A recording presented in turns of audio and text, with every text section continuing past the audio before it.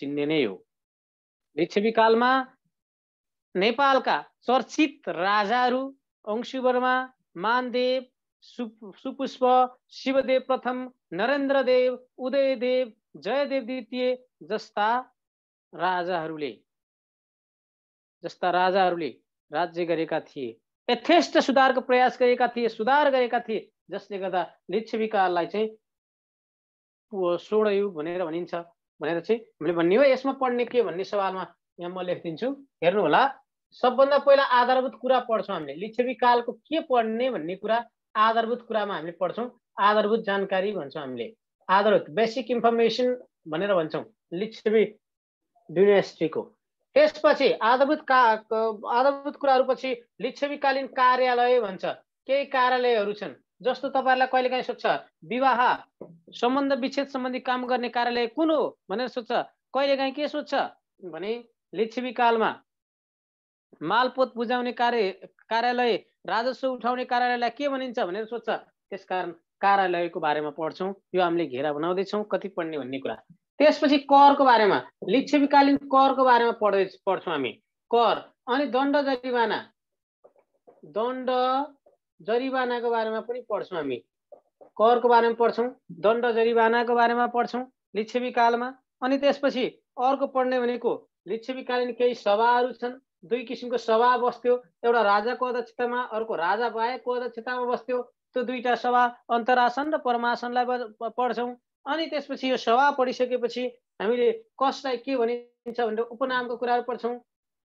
जस्तो भट्टनायक भनेर कसलाई चिनिने, प्रधान न्यायाधीशलाई के भनिन्छ, गौमिक भनेको के हो भनेर पढ्छौँ। यसमा चाहिँ कसलाई के भनिन्छ भनेर पढ्छौँ।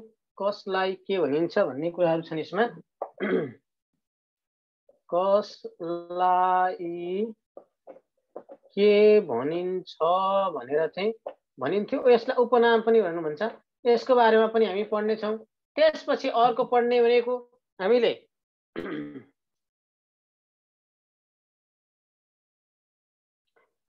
ओके, यसमा अर्को पढ्ने भनेको राजाको बारेमा पढ्छौँ। ल, लिच्छवीकालीन राजाहरूको बारेमा पढ्छौँ।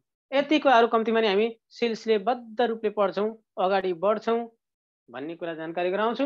र यति लेख्नुहोस्। मैले यसमा के भन्छु त भन्दा आधारभूत जानकारीमा लिच्छवी कालमा के कस्तो सुधारहरू भयो, लिच्छवी काल कस्तो पिरियड हो, कस्तो समय हो नेपालको इतिहासमा, हैन। जस्तो लिच्छवीहरू कहाँबाट आए त, कति वर्ष शासन गरे त, हैन। अनि त्यसपछि लिच्छवी कालको पहिलो राजा को हो, अन्तिम राजा को हो, हैन। यसलाई स्वर्णयुग किन भनियो, यसको अन्य विभाजन कस्तो थियो आदि कुराहरू आधारभूतमा आउँछ। कार्यालयमा भनिहाले। ल, यसलाई लेख्नुहोस्। ल, ओके, लेख्नुहोस् त। यहाँ सुरुमा लेख्नुहोस् त, कपी गर्नुहोस्। यो जानेन भने तपाईँले के पनि जान्नुहुन्न। सर सेतो पार्टी टल्कियो देखिया छैन। यही ग्रुपमा मात्रै बोर्ड क्लियर हुँदो रहेछ है मेरो त। हेत्तेरिका, बोर्ड क्लियर छैन भनिदिनु न सर। ठिक छ, ओके, क्लियर छ। ल, म अब ध्यान दिन्न। क्लियर छ, एकजनाले सिद्धियो। किनभने एकजनाको भए सबैकोमा हुन्छ, मेरो भएपछि तपाईँको समस्या हुनसक्छ। ओके, मैले अगाडि बढेँ।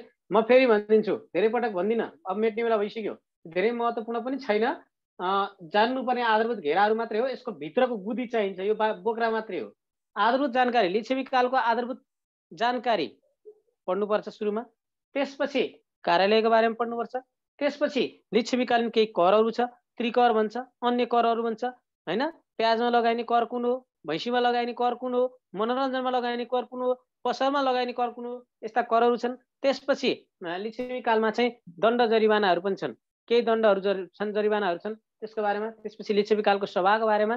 त्यसपछि भनेको कसलाई के भनिन्छ भनेर चाहिँ उपनाम, जस्तो भट्ट भनेको के हो, सिपाहीलाई भट्ट भनिन्थ्यो। गोल्मिक भनेको सेनानायकलाई भनिन्थ्यो भनेर चाहिँ यसरी हामीले यहाँ पढ्छौँ। र अनि अर्को भनेको राजाहरूको बारेमा हामी पढ्छौँ। ओके, ल है त।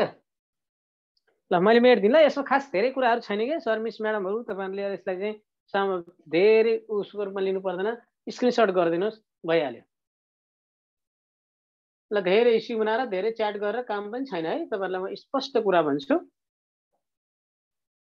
हो जाउँ जाउँ ओके जानुपर्छ होइन मस्तैले पढ्नुपर्छ बसेर कहाँ हुन्छ बसेर त कहीँ पनि पुगिन्न है ल ठिक छ ओके लिच्छवी काल भनेर लेख्नुहोस् अब लिच्छवी काल भन्ने आधारभूत जानकारी हामी लिन्छौँ लिच्छवी काल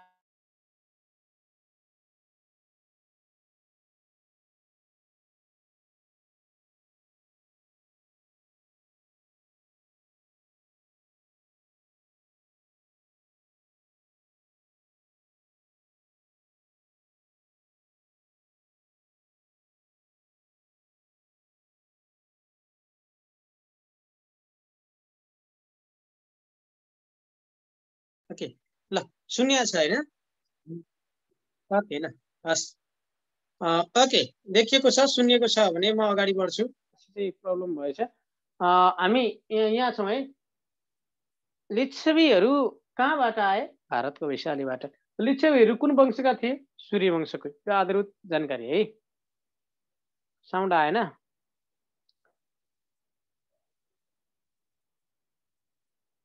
यस लिच्छवीकालीन राजा राजा राजामा पहिलो राजा र अन्तिम राजामा म जाँदैछु है त ओके जहाँ बुझिँदैन त्यो सोध्नु होला भन्न चाहन्छु पहिलो राजा र अन्तिम राजा राजामा मैले के भने लिच्छवीहरूको आगमन कहाँबाट भयो भारतको वैशालीबाट उनीहरू कुन वंशका थिए सूर्य वंशका थिए र राजामा लिच्छवीकालीन राजामा पहिलो र अन्तिम मैले अस्ति के भने राम्रो काम लिच्छवीको जय जय भयो भनेपछि जयदेव पहिलो राजा हुन् भने जय कामदेव चाहिँ अन्तिम राजा हुन् जयदेव र जय कामदेव दुईजना पहिलो र अन्तिम राजा हुन् उनीहरूले लगभग 800 वर्ष जति शासन गरे भनेको छ कतिजनाले भन्ने अहिलेसम्म भेटिएको छैन यसमा र यसको प्रशासनिक विभाजन भन्ने हुन्छ यो लिच्छवी कालको प्रशासनिक विभाजन भनेर भनेको छ प्रशासनिक विभाजन भनेर भन्छ प्रशासनिक विभाजनलाई तीन किसिमले हेरेको छ एउटा प्रगणना भन्छ अर्को भनेको मौजा भन्छ प्रगणना मौजा प्रगणना र जिमौ जिल्ला र मौजा भन्छ प्रजिमौ अब यो के हो त भन्ने सवालमा मैले बुझाउनु पर्छ तपाईहरुलाई क्लियर बनाउनु पर्छ प्रशासनिक विभाजनमा लिच्छवी कालमा चाहिँ साना साना भूभागको त्यो क्षेत्रलाई प्रगणना अलि ठुलो भएपछि जिल्ला र अलि ठुलोलाई मौजा हामीले अहिले भन्ने भने चाहिँ ठ्याक्कै योभन्दा अगाडि गाविस अनि त्यसपछि जिल्ला अनि त्यसपछि अञ्चल भनेको जस्तै नै हो है यो चाहिँ त्यसपछि लिच्छवी कालको आदि पुरुष भनेर कसलाई चिनिन्छ भन्छ लिच्छवी कालको आदि पुरुष भनेर कसलाई चिनिन्छ भन्छ लिच्छवी कालको आदि पुरुष भनेर सुपुष्पलाई चिनिन्छ त्यही भएर सुपुष्प भनेर लेख्नुपर्छ जसले चाहिँ नेपालमा मर्यादा क्रमको सुरुवात गर्नुभयो जसले चाहिँ पशुपतिमा देवल बनाउनु भयो उहाँलाई चाहिँ लिच्छवी कालको सुपुष्प भनेर भन्ने हो आदि पुरुष भनेर भन्ने हो र लिच्छवी काललाई चाहिँ स्वर्णयुग भनेर भनिन्छ लिच्छवी काललाई चाहिँ स्वर्णयुग भनेर भनिन्छ त्यति मात्रै होइन लिच्छवी काललाई चाहिँ प्रमाणिक युग भनेर भनिन्छ प्रमाणिक युग किन भनिन्छ भन्दाखेरि लिच्छवी कालमा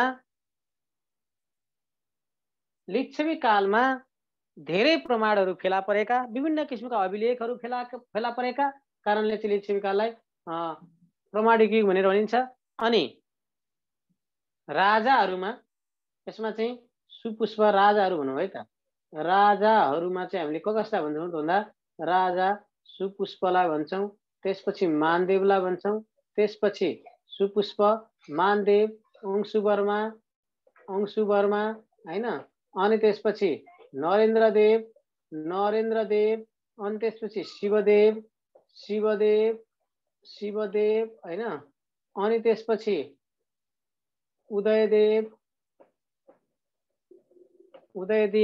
हैन अनि त्यसै गरी यस्तै राजाहरूको बारेमा चाहिँ हामीले हेर्छौं यसमा पढ्छौं भन्ने कुरा यो यसो बुझ्नुस् प्रगणना जिल्ला र मौजा गरेर प्रशासनिक तीनटा प्रशासनिक इकाइमा बाँडेको थियो यो साना साना इकाइ अलि ठुलो भएपछि जिल्ला अझै ठुलो भएपछि मौजा भनेर चाहिँ यसरी बाँडिएको प्रजिमौ भनेर चाहिँ हामीले भन्नुपर्छ कति इकाइमा बाँडिएको थियो भनेर सोध्न सक्छ हैन, त्यसको लागि यो काम लाग्ने हो भनेर मात्रै हो है त। यो आधारभूत जानकारी हो। यसका अब लिच्छवीकालीन करहरूको बारेमा हामीले हेर्नुपर्छ।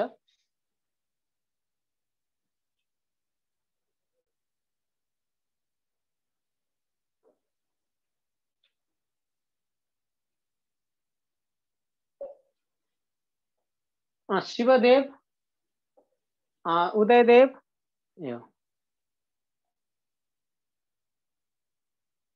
है त। यसलाई के बुझ्नुस् भने फेरि एकपटक भने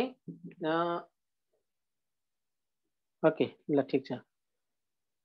हेर्नुहोस् है, लिच्छवीहरू चाहिँ को आगमन चाहिँ भारतको वैशालीबाट भएको हो। यिनीहरू सूर्यवंशी का चाहिँ थिए अनि यिनीहरूको राजामा चाहिँ जयदेव पहिलो राजा हुनु भने जय कामदेव चाहिँ अन्तिम राजा हुन्।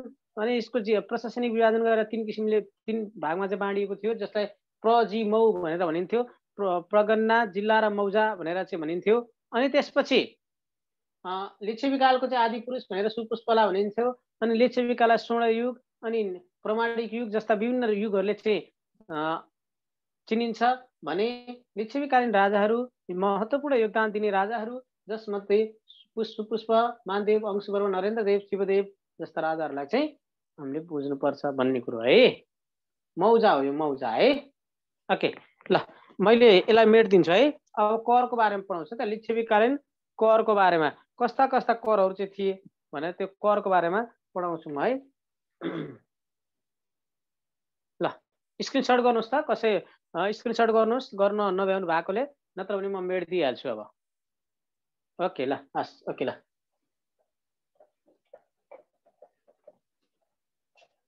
ल अब ओके, नेक्स्टमा लिच्छवीकालीन करको बारेमा, लिच्छवीकालीन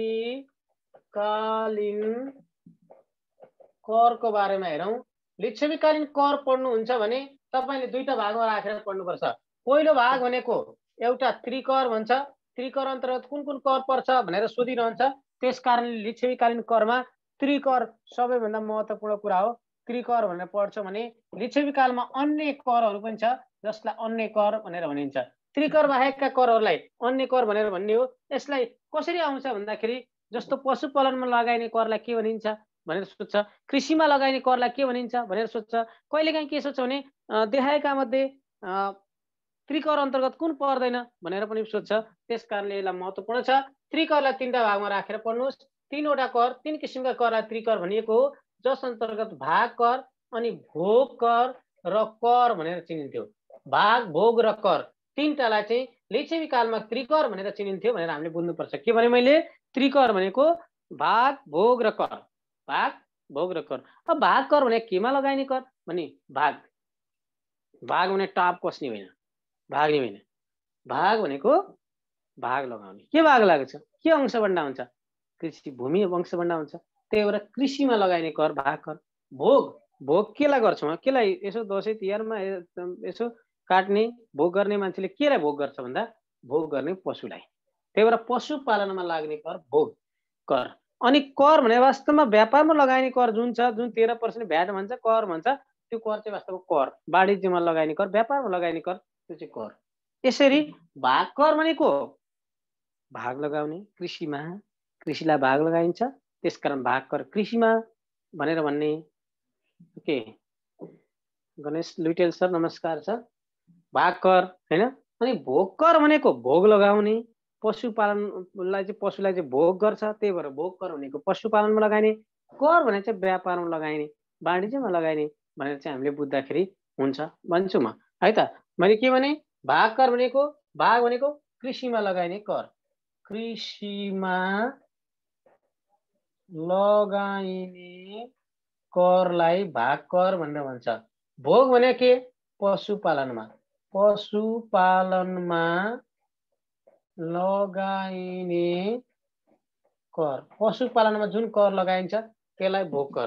कर भने चाहिँ के त भन्दा व्यापारमा, व्यापार वा वाणिज्यमा लगाइने कर, वाणिज्यमा लगाइने कर जे छ त्यो चाहिँ वास्तवमा कर हो।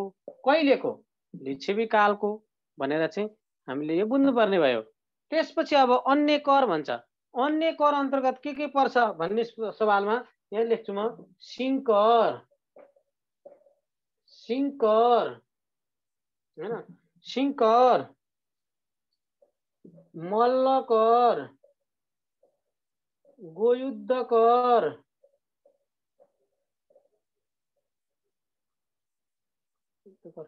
आपणकर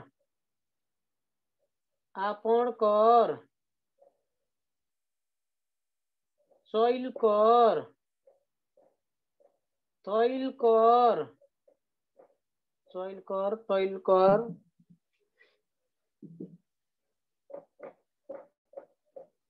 पिण्डकर पाण्डुलकर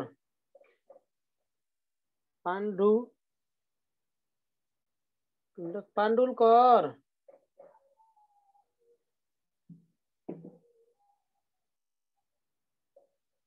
लसुनीकर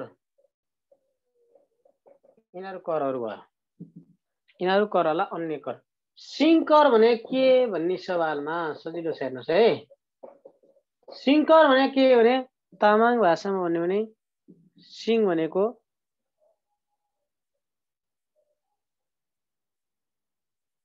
तैलकर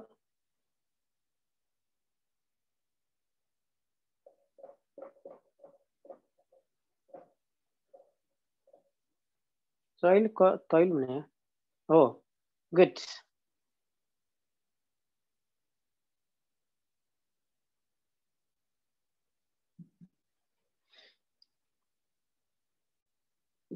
सिंह भनेको सुकर गुड सुँगुरमा लाग्ने करलाई सुकर ओके सुकर पनि छुट्यो है ध्यान दिनु भएको रहेछ ल ठिक छ सिंकर सिंह भनेको चाहिँ तामाङ भाषामा दाउरा हो तामाङ भाषामा सिंह भनेको चाहिँ सिंह भने दाउरा त्यही भएर सिंकर भनेको दाउरामा लाग्ने फर्निचरमा लाग्ने कर हो फर्निचरमा लाग्ने कर हो यो सिंकर भनेको अनि मल्लकर मल्ल भनेको अँध्यारो भन्नुस् कालो भनेपछि भैँसी भैँसीमा लाग्ने कर भैँसी कहिले सेतो देख्नु भएको छ अनि त्यसपछि अर्को गोयुद्धकर भनेको मनोरञ्जनमा यसलाई चाहिँ कसरी सम्झिने भन्दा यो युद्ध हुँदाखेरि हामीलाई खुसी लाग्छ नि हामी चाहिँ रमाउँछौँ नि रेस्लिङ हेर्छौँ नि हामी अरू जुत्छन् हामी हेर्छौँ हामीलाई खुसी लाग्छ भने युद्ध भएपछि हामीलाई खुसी लाग्ने मनोरञ्जन हुने भन्ने ताली बजाइदिने हामीले यसले जित्यो भनेर भन्ने सम्झेर चाहिँ मनोरञ्जनमा भनेर भनिन्छ आपण भनेको आपण पसल भन्छ त्यही भएर पसलमा चैल भनेको चलिरहन्छ यो कपडा चलाइरहन्छ हामीले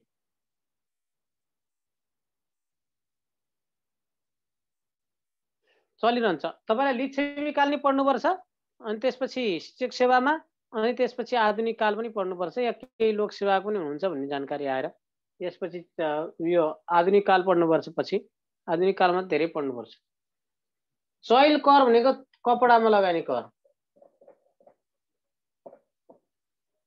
तैल कर भनेको तेलमा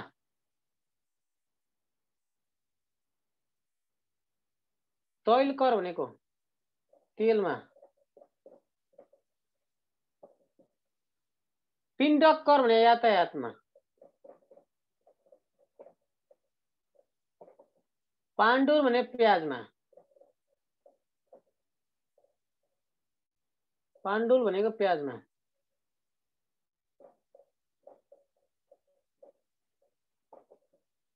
लसुनी भने लसुनमा अनि त्यसपछि अर्को सुकर सुकर सुँगुरमा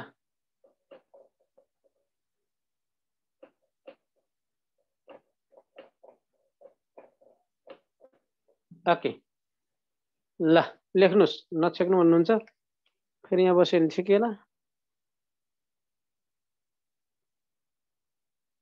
सुकर भने सुँगुरमा लाग्ने कर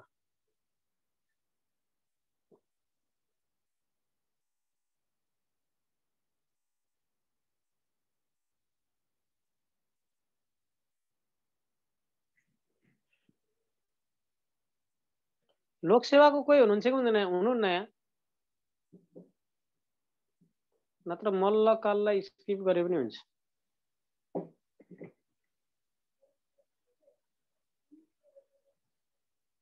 ए हुनुहुन्छ है, ठिकै छ। लसुनी लसुनलाई लसुनी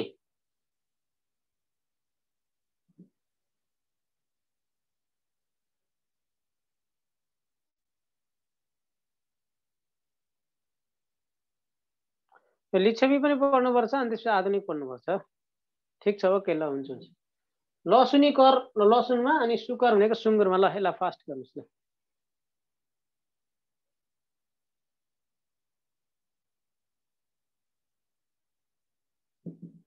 होइन भइहाल्छ, यो त मिलिहाल्छ। लिच्छवीले यो पनि पढ, के अरे लिच्छवी नाच टियासीले पनि पढ्नुपर्छ है। मैले मेट्दिएँ ल, हस् ओके।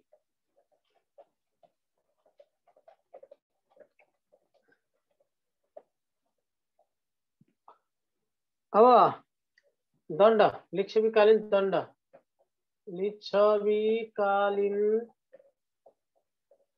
दण्ड जरिवाना। लिच्छवीकालीन दण्ड जरिवाना भन्नेमा हामी केही कुराहरू पढौँ। कस्ता कस्ता दण्ड जरिवानाहरू थिए भन्ने कुराहरू। त्यसमा 5 किसिमको पढाइ हुन्छ।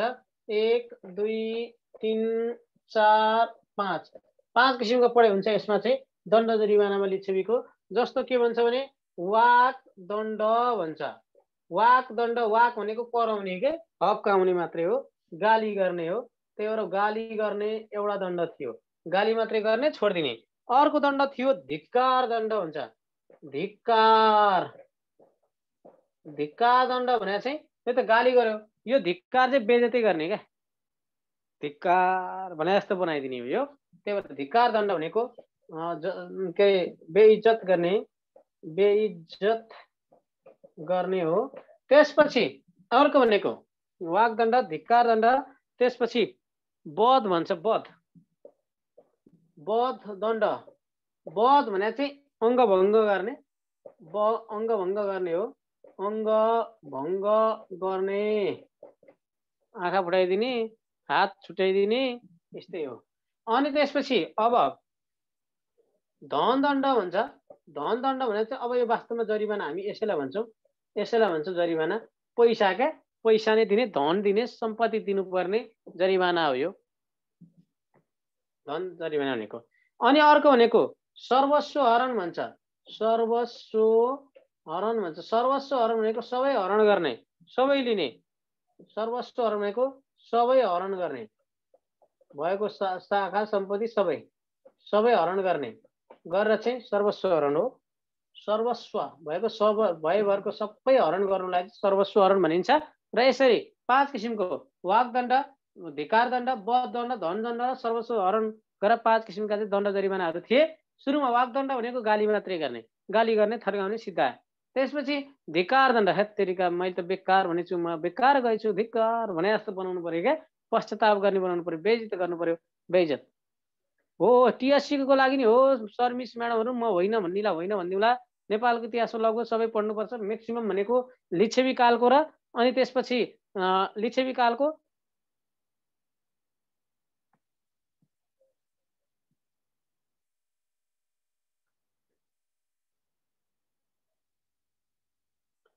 आरबीमा छ नि नेपालको इतिहास, किन छैन। किरात अनि लिच्छवी के अरे अनि 1825 पछिको आधुनिक कालको पढ्नुपर्छ क्या अलि बढी।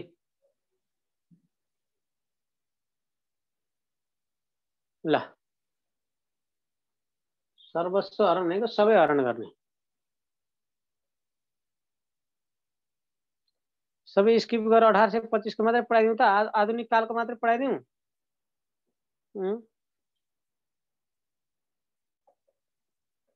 क्लियर छैन भन्नुभएको छ के हो यो? ल यो देख्नु भएको छ होइन? यसलाई स्क्रिनसट गर्नुहोस् त। क्लियर छ है? ल हुन्छ, लेख्नुहोस् है त। वाकदण्ड भनेको गाली गर्ने, धिक्कार दण्ड भनेको बेइज्जत गर्ने, वध दण्ड भने अङ्गभङ्ग गर्ने, धन दण्ड भनेको जरिवाना गर्ने, सर्वस्व हरण भनेको सबै हरण गर्ने। हेर्नुहोस्, अब तपाईँलाई म के भन्छु भने लोकसेवा आयोगमा एउटा फर्मुला छ, एउटा फर्मुला छ। के फर्मुला छ? भन्दाखेरि fast readers are always toppers, fast writers are also toppers. छिटो लेख्ने छिटो पढ्ने टपर्स हुने हो। त्यो चाहिँ काचाकुचुक सम्झेर बस्ने, पढ्ने भन्दा बाहिर ध्यान दिने मान्छे पास हुँदैन। ल अर्को हेर्नुहोस्। अब लिच्छवीकालीन कार्यालयहरू, लिच्छवीकालीन कार्यालयहरू, लिच्छवीकालीन कार्यालय, लिच्छवीकालीन कार्यालयहरू, लिच्छवीकालमा कस्ता कस्ता कार्यालयहरू थिए भनेर लिच्छवीकालीन कार्यालय हो। लिच्छवीकालीन कार्यालयलाई हामीले फर्म सम्झिने एउटा फर्मुला छ, कुमालिया मावि पागल भयो भनेर पढ्छौँ।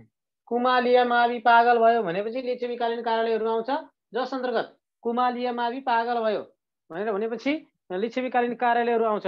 अब कुमालिया मावि पागल भयो भने के हो भन्ने सवालमा अब कुमालिया मावि पागल भयो, कुमालाई एक ठाउँमा राख्ने, लियालाई अर्कोमा, माविलाई अर्कोमा, पागललाई एक ठाउँमा राख्नुहोस्, सिद्धिहाल्छ।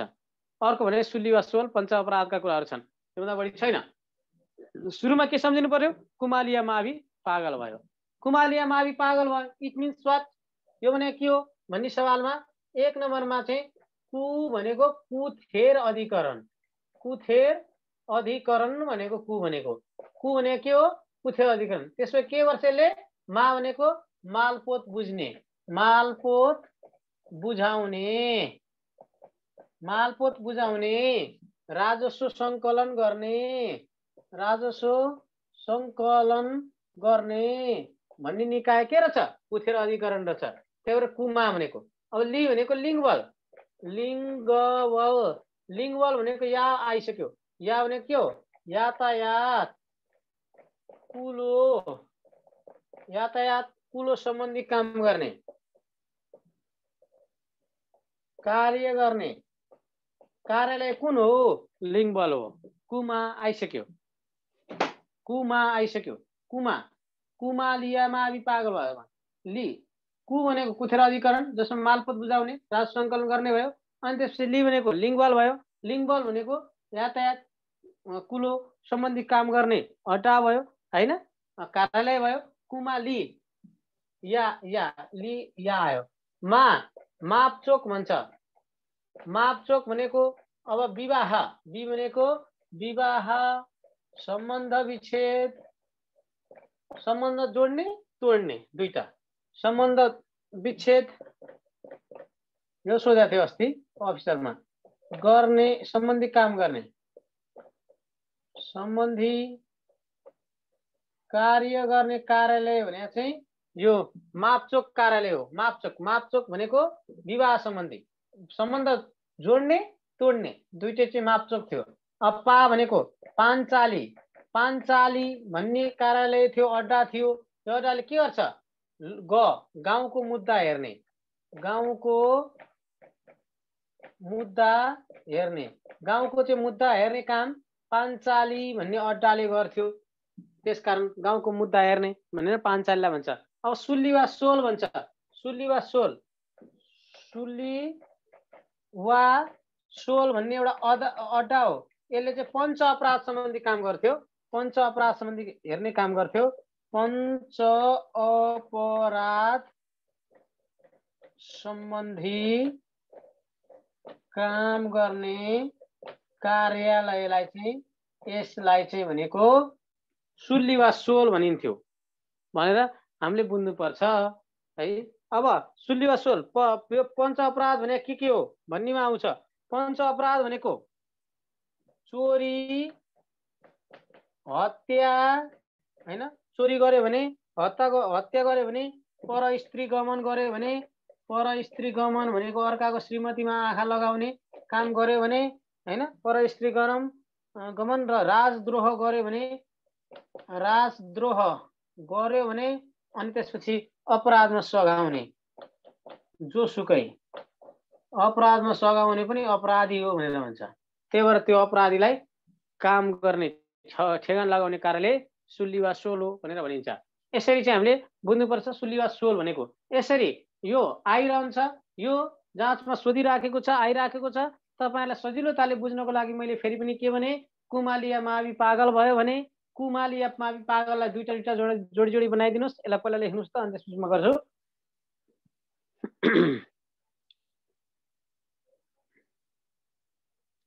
यसलाई पहिला लेख्नु होला, त्यसपछि म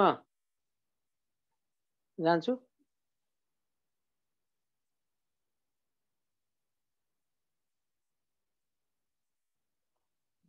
यसलाई लेखिसक्नुहोस्, त्यसपछि म जान्छु अर्कोमा।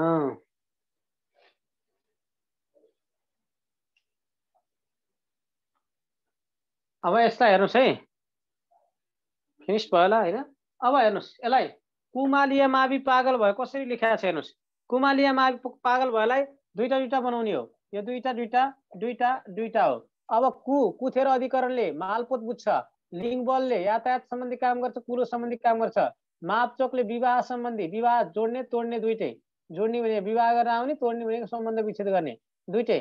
पाञ्चाली, पा भने पाञ्चाली, ग भने गाउँको मुद्दा हेर्ने, पाञ्चालीले गाउँको मुद्दा हेर्थ्यो भनिन्छ।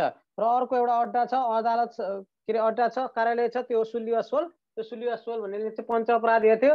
पञ्च अपराधमा दुईका मध्ये कुन पर्छ कुन पर्दैन भनेर सोध्न सक्छ। त्यसको लागि चोरी, हत्या, पर स्त्री गमन, राजद्रोह र अपराधमा सघाउने, यो पाँचवटालाई चाहिँ पञ्च अपराध भनिन्थ्यो। र यसलाई समाधान गर्ने कार्यालय, अड्डा, अदालत भनेको सुल्लिवा सोल हो भनेर बुझ्नुपर्छ। यो पहिला आएको छ, अस्ति भर्खर अफिसरमा आएको हो, असारतिर भएको परीक्षामा। यो के अरे यो मापचौक आएको थियो। विवाह सम्बन्ध विच्छेद सम्बन्धी काम गर्ने कार्यालय कुन हो, लिच्छविकालमा कुन थियो भनेर आएको थियो। त्यस कारण यसलाई बुझ्नुपर्ने हुन्छ। लेख्नु होला, लेखिसक्नु होला भन्ने मैले आशा गरेको छु। यसलाई स्क्रिनसट गर्नु होला है। ल ओके, ल छैन भने स्क्रिनसट गरिहाल्नुहोस्। 1 सेकेन्ड मैले मेटिदिइहालेँ। अब ल मैले मेटेँ है त। ल ओके,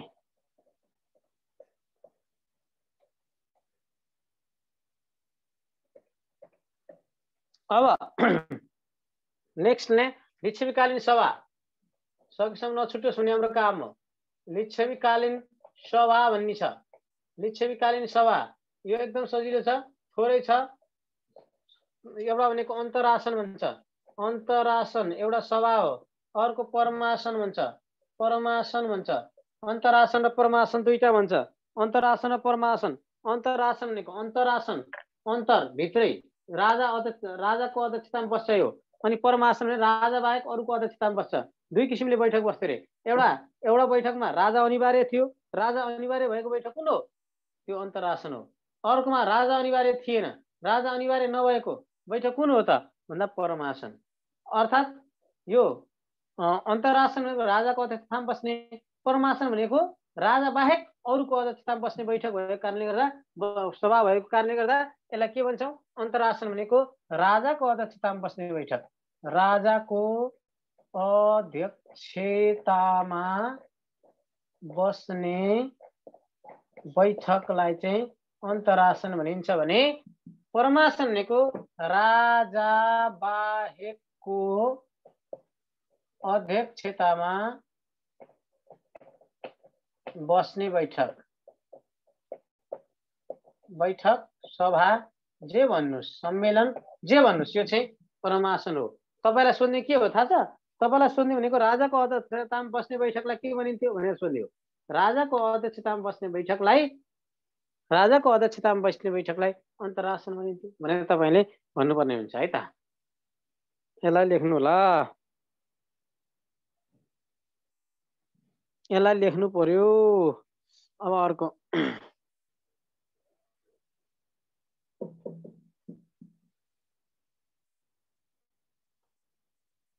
फिनिस्ड है, थोरै छ।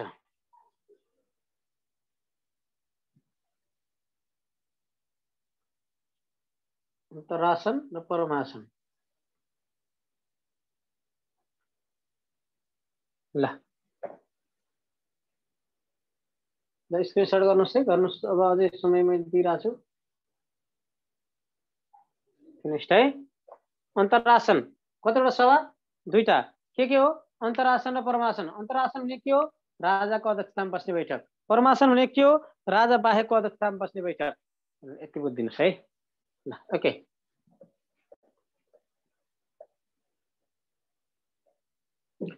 देख्नु होला हैन। अब अर्को कसलाई के भनिन्थ्यो? लिच्छवी कालमा कसलाई के भनिन्थ्यो? लिच्छवी कालीन केही उपनामहरू छन्। लिच्छवी कालमा कसलाई के भनिन्थ्यो भन्ने सवालमा लिच्छवी कालमा चाहिँ कसलाई के भनिन्थ्यो भन्ने, यो प्रशासनिक पदाधिकारी हो। यो प्रशासनिक पदाधिकारीको हो, यो पदाधिकारीको हो। यो प्रशासनिक पदाधिकारीहरू हैन, जसलाई चाहिँ जस्तो प्रशासनिक पदाधिकारी भन्नुपर्छ, जस्तो सिपाहीलाई भट भनिन्थ्यो हैन, त्यस्तै हो। अब हेर्नुस् के भन्नुस् भने सुरु गर्नुस् भटबाटै। भट भनेको चाहिँ सिपाही, सिपाही सेनालाई चाहिँ भट भन्ने गरिन्थ्यो। अब भट भने सिपाही भएपछि भटनायक भनेको चाहिँ भटनायक भने चाहिँ सेनाको अध्यक्ष, सेनाध्यक्ष भन्न हामीले सक्ने भयौँ। त्यसो भएदेखि बलाध्यक्ष भने चाहिँ के त? बलाध्यक्ष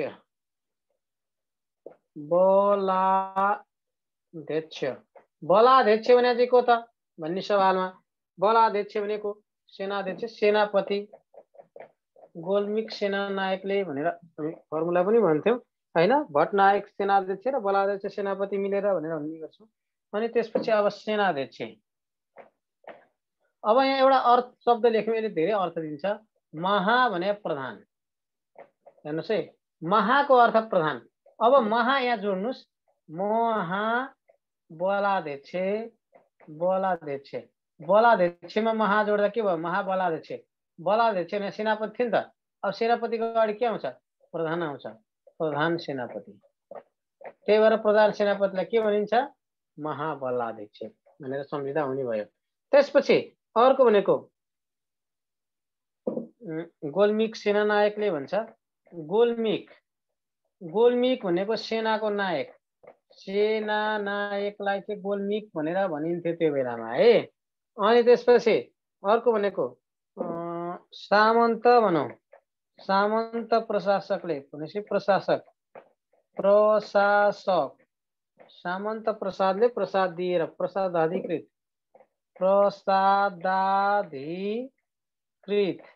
भनेको कार्यालय प्रमुखलाई हैन। अनि त्यसपछि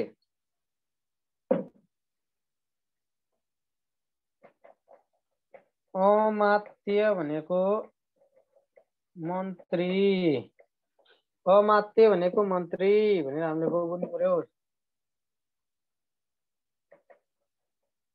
सर्वदण्डनायक न्यायाधीश, सर्वदण्डनायक न्यायाधीश भएपछि अब सर्वदण्डनायक पनि महा थप्नुहोस्, महा सर्वदण्डनायक हुन्छ, महा सर्वदण्डनायक हुन्छ। अब सर्वदण्डनायक भने के थियो? न्यायाधीश थियो। अब महा थपेपछि अगाडि प्रधान थपिने भयो, प्रधान न्यायाधीश। यो अलि सजिलो छ। अनि युवराज भनेको भावी राजालाई चाहिँ युवराज भनिन्थ्यो भनेर चाहिँ भन्ने गरिन्छ। अनि अब जस्तो बणिक भन्छ, बणिक भनेको व्यापारीलाई बणिक भन्थ्यो, व्यापारीलाई बणिक भनेर भनिन्थ्यो। यो कुराहरू हामीले बुझ्नु पर्यो है।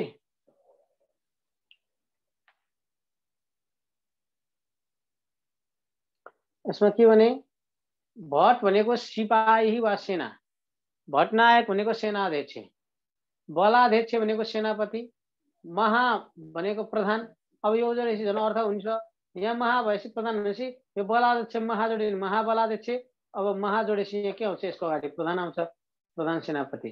त्यही भएर महा र प्रधानले ठुलो अर्थ राख्छ भनेर चाहिँ ने बुझ्नुपर्छ है।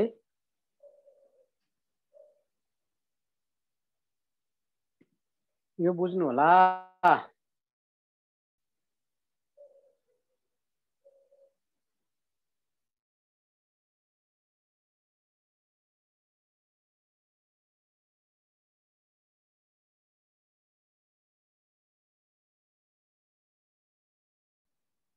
ल प्रब्लम छ क्या हो नेट देख्नु होला है।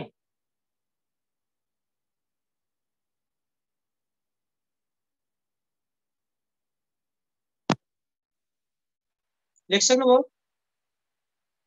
लेखिसक्नुभयो है। ल सुन्नु भएर रहेछ ल ठिक छ ओके। अलिअलि भिडियो अन गर्नेले पनि टाउको हल्लाएपछि नि बुझिन्छ जे होस्। ल मैले मेट दिएँ त।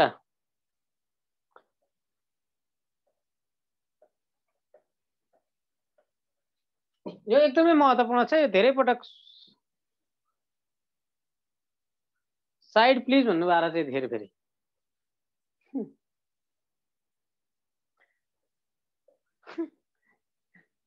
मेटिसकेपछि साइड प्लिज भन्नुभएर चाहिँ फेरि।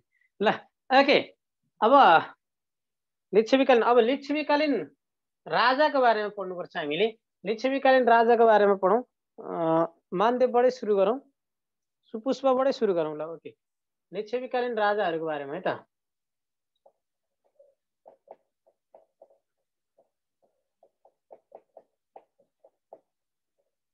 सकेसम्म मैले तपाईहरुलाई कुनै पनि नछुटोस् भनेर मैले दुई चारवटा लेखेर युवराजको भावी राजा मैले त तपाईहरुलाई नछुटोस् भनेर सबै डिपली नै पढाइरहेको छु। यो पढाएपछि लिच्छवीकाल सिद्धियो भनेर मल्लकाल पढायो नि हुन्थ्यो होला नि, तर किन छोड्नु भनेर अर्कोले लेखाइदिएछु।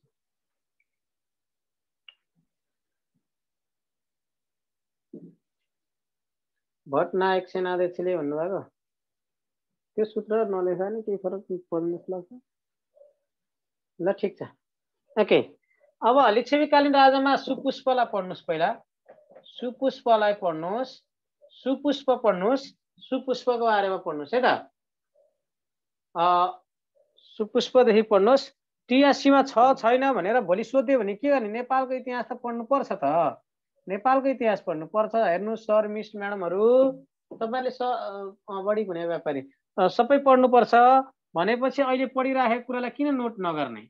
यो पढ्नु पर्छ भनेर कति घेरा मात्रै बनाएर राख्नु हैन।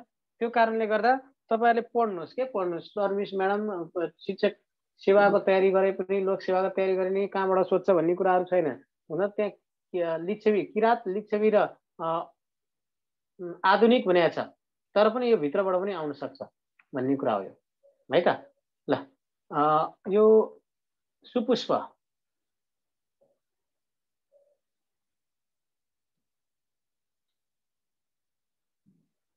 अहिले आउँछ ठिक छ। ल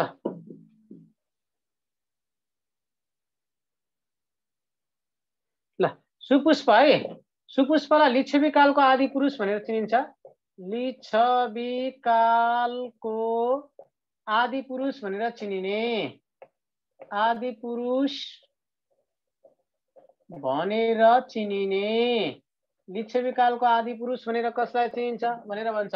सुपुष्प भनेर भन्नुपर्छ हामीले। त्यसपछि उनले शासन अवधि भन्छ, यतैबाट लेख्छु है त। शासन अवधि भन्छ। शासन अवधि भने सुपुष्पको 56 वर्ष भनेर भन्नुपर्छ। 56 वर्ष शासन गरेपछि अब राज्यमा चाहिँ मर्यादा क्रमको सुरुवात गर्नु भएको छ है। मर्यादा क्रमको सुरुवात गर्नु भएको छ। त्यसकारण मर्यादा क्रम राज्यमा मर्यादा क्रमको सुरुवात, मर्यादा क्रमको थालनी भन्दै नि छ। राज्यमा चाहिँ मर्यादा क्रमको थालनी कसले गरे? सुपुष्पले गरे। त्यसो भने पशुपतिमा देवल पनि बनाछन्। पशुपतिनाथको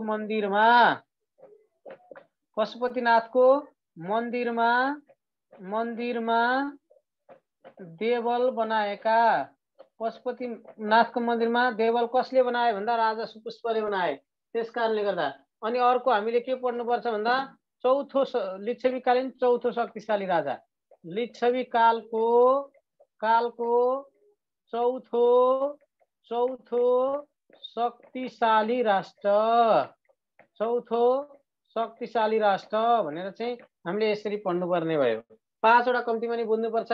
राजा सुपुष्पको को हुन् भन्दा लिच्छवी कालको आदि पुरुष भनेर चिनिने एक राजा हुन्, जसले राज्यमा मर्यादा क्रमको थालनी गर्नुभयो, जसले पशुपतिनाथको मन्दिरमा देवल बनाउनु भयो, जसले चाहिँ 56 वर्ष शासन गर्नुभयो भनेर चाहिँ हामीले चिन्नुपर्छ भन्छु। म यता अवस्था टल्किन्न होला, त्यसकारण अब लेख्नुहोस् ल। ओके,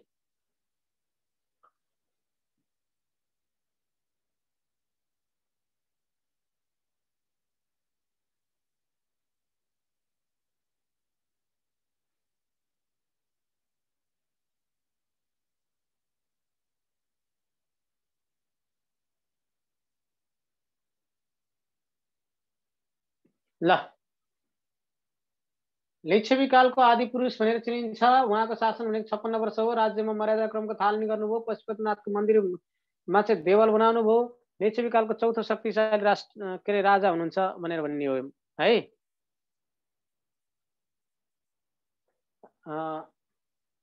उनी राजा हो, राजा सुपुष्प भनेको राजा हुन् है, राजाको नाम हो, राजा हुन्, राजा हो, राजा। पशुपतिनाथको मन्दिरमा देवल बनाएका, देवल बनाएका।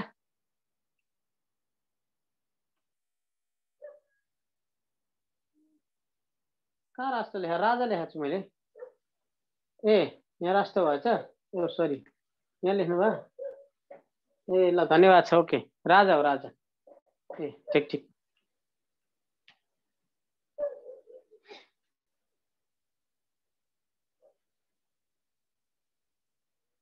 पशुपतिनाथमा चाहिँ देवाल बनाएका हुन्। धेरै बुझ्नु पर्दैन तपाईँलाई। यो भनेको के हो भनेर कहिले पनि सोध्दैन। किन भए नेपालको चाहिँ भनौँ न पहिलो राजा को हुन् भनेर सोध्ने, नेपालको राजा पहिला किन भए भनेर कहिले पनि सोध्दैन तपाईँहरूलाई। हामी अब्जेक्टिभ हिसाबले पढ्दैछौँ, त्यस कारण अब्जेक्टिभ हिसाबले जाउँ। बुझ्न आवश्यक भएको कुरालाई बुझौँ, बुझ्न आवश्यक नभएको कुरालाई धेरै त्यो गरेर नबसौँ, फेरि गाह्रो पर्ला है तपाईँहरूलाई। ल मैले मेट दिएँ ल। ओके, पढौँ न पहिला। च्याट गरेर बसेर कसले पास गर्छ? अहिलेसम्म कसैले पास गरेको छैन। दिमाग धेरै खेलाएर पास गरे होइन, दिमागलाई सही प्रयोग गरेर पास हुने है, त्यो चाहिँ याद गर्नु होला। ल के अरे अब मानदेव तपाईँहरूलाई च्याटको अन गर्दाखेरि धेरै नै डिस्टर्ब गर्ने, नगर्दाखेरि धेरै गुम्सेर बस्ने गर्नु हुँदो रहेछ, बडा गाह्रो रहेछ। मानदेव हेर्नुहोस्, सूत्र लेखाइदिन्छु, भएको सूत्र है, नभएको सूत्र लेखिँदैन, भएको सूत्र लेखाइदिन्छु है। सर मिस म्याडमहरू हेर्नु होला। यस्तो धेरै कसैले पनि अहिलेसम्म धेरै ठाउँमा पढाएँ, यति धेरै कसैले पनि च्याट गरेको छैन। यति धेरै त्यो नचाहिँदो कुराहरू क्या, च्याट त गर्छन्, चाहिँदो कुरा गर्छन् क्या। अब हेर्नुहोस्, मैले पढाउनु पर्ने कुरा पढाउँछु, भएन भने पछाडि भन्नुहोस् न, होइन यो पढेन, यो बाँकी थियो, यसरी पढ्नु पर्थ्यो भन्नुहोस् न, नो प्रब्लम, के हो र, होइन। साथीहरूलाई पनि डिस्टर्ब हुन्छ, त्यहाँ देखी गरिन्छ। ल मानदेवको बारेमा हामीलाई के थाहा छ भने मानदेव भनेको लिच्छवीकालीन एउटा प्रमाणिक राजा हुन्। उहाँकै पालादेखि चाहिँ नेपालमा चाहिँ अभिलेखहरू भेट्न थालेको, प्रमाणहरू भेट्न थालेको, त्यसकारण उहाँलाई चाहिँ प्रमाणिक राजा भनेर चिनिने। उहाँको जन्म 501 मा भयो। 521 देखि 562 सम्म 41 वर्ष नेपालमा शासन गर्नुभयो। मानगृह, चागुनारायण जस्ता दरबारहरूको निर्माण पनि गर्नुभयो। उहाँले मानाङ्क भन्ने मुद्रा प्रचलनमा ल्याउनु भयो, जुन मुद्राको दुई साइडमा, एकापट्टि साइडमा देवी वा सिंह वा कमलको फुल थियो भने अर्कोपट्टि साइडमा चाहिँ उहाँको श्रीमतीको नाम भोगिनीको फोटो थियो भनेर चाहिँ हामीले पढ्छौँ। अनि मानदेव 7 वर्षको उमेरको हुँदाखेरि उहाँको आमाको मृत्यु भयो, सरी उहाँको चाहिँ बाबु धर्मदेवको मृत्यु भयो। र बाबु धर्मदेवको मृत्यु भइसकेपछि आमालाई त्यति सानो कलिलो 7 वर्षको बच्चाले चाहिँ सती जानबाट रोकेका छन्। महत्त्वपूर्ण कुरा भनेको उनी 21 वर्ष भएपछि मात्र राजा भएका हुन्। 7 वर्षमा चाहिँ उहाँले आमालाई सती जानबाट रोक्नु भएको थियो भनेर चाहिँ हामीले यतिमा पढ्नुपर्छ, यो पढ्नुपर्छ। कहिलेकाहीँ सोध्छ आमालाई सती जानबाट रोक्ने राजा को हुन् भनेर सोध्छ, त्यसको बारेमा पनि चाहिने भएको छैन। यसलाई चाहिँ यति कुराहरू चाहिँ कम्तीमा यति कुराहरू चाहिँ बुझ्ने हो। यति कुराहरू बुझौँ भन्छु म। मानदेव भन्नेको कुरो चाहिँ हामीले बुझौँ है। मानदेव भनेको नसुनेको होइन, हामीले सुनेका हौँ। सुनेको कारणले गर्दाखेरि पनि यसलाई सुने जस्तै गरी पढ्ने हो। मानदेव प्रमाणिक राजा भन्नुस् ल। प्रमाणिक राजा है, नेपालको प्रमाणिक राजा भनेर मानदेवलाई भनिन्छ। यसको 3टा तिथिमिति। यो प्रमाणिक राजा मानदेवको जन्म कहिले भयो, अनि त्यसपछि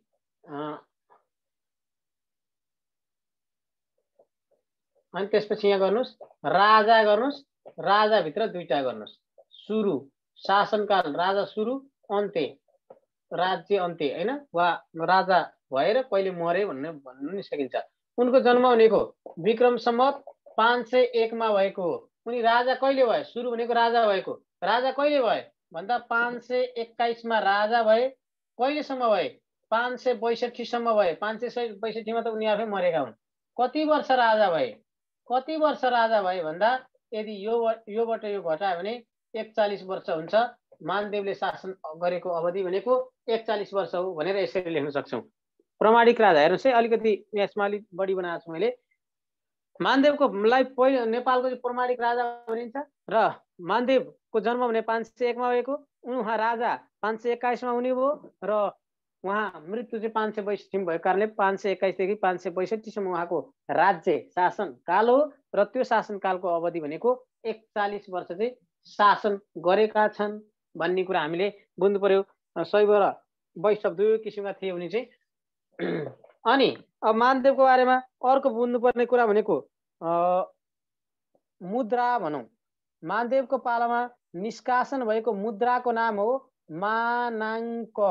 मानाङ्क के हो? मानाङ्क एउटा मुद्रा हो। मानाङ्कमा के थियो? एकापट्टि साइडमा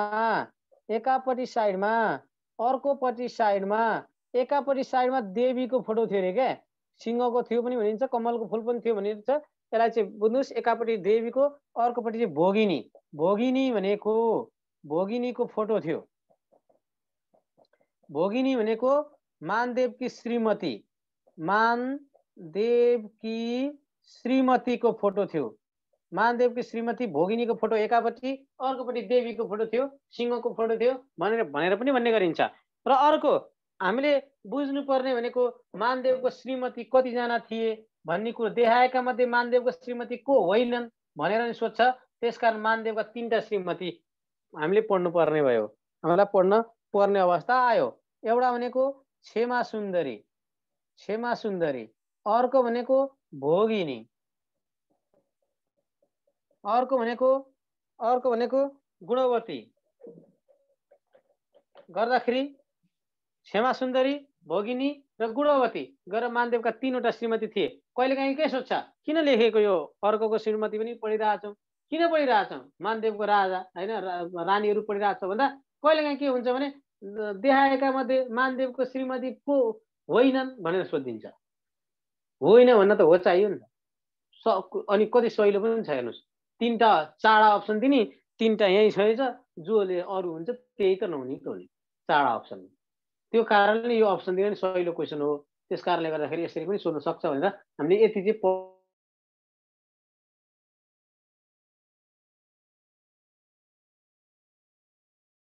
उनको निर्माण के निर्माण गरे भनेर निर्माणको बारेमा पढ्छौँ। उनले गरेको निर्माण भनेको एउटा मानगृहको निर्माण गरेका छन्।